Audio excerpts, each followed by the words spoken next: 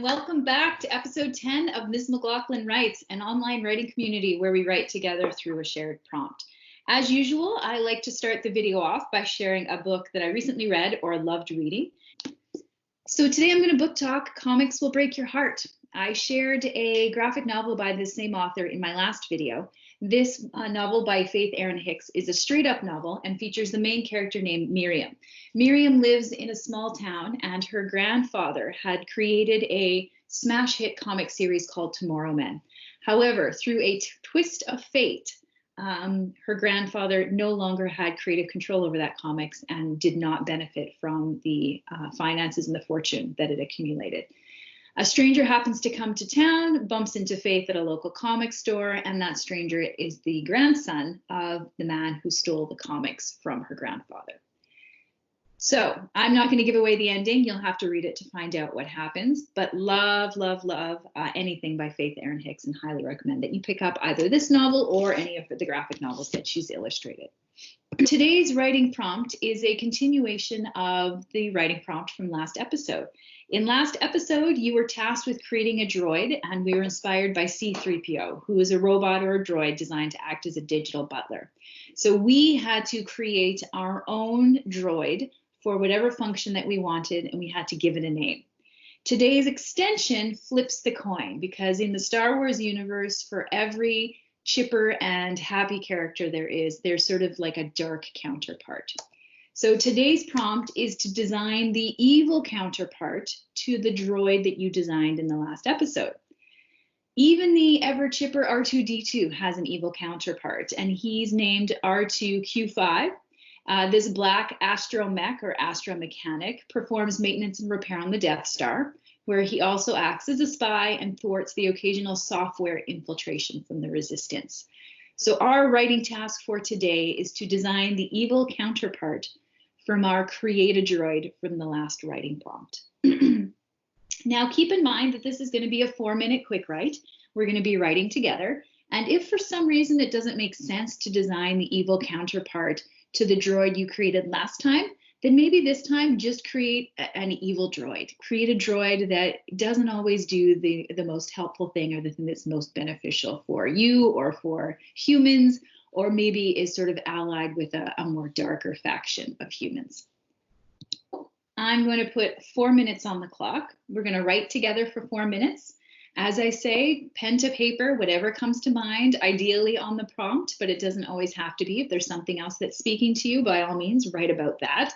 If writing in full sentences and words isn't working, then brainstorm a list, or you could even sketch or draw your evil droid. It's completely open-ended. The whole point is that we're together and we're getting creative.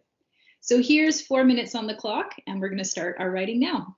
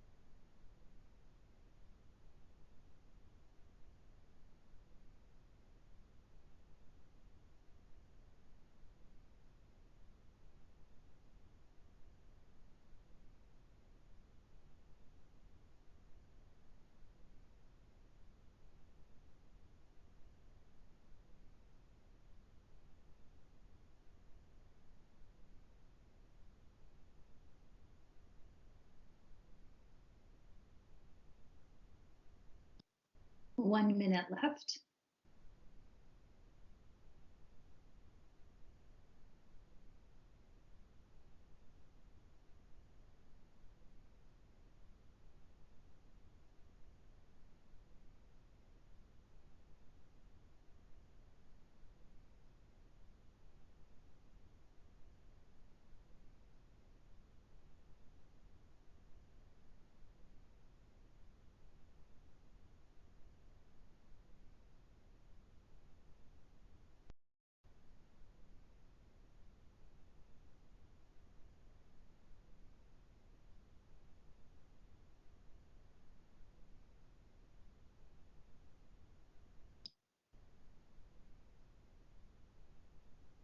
Ten minutes left, or 10 seconds left.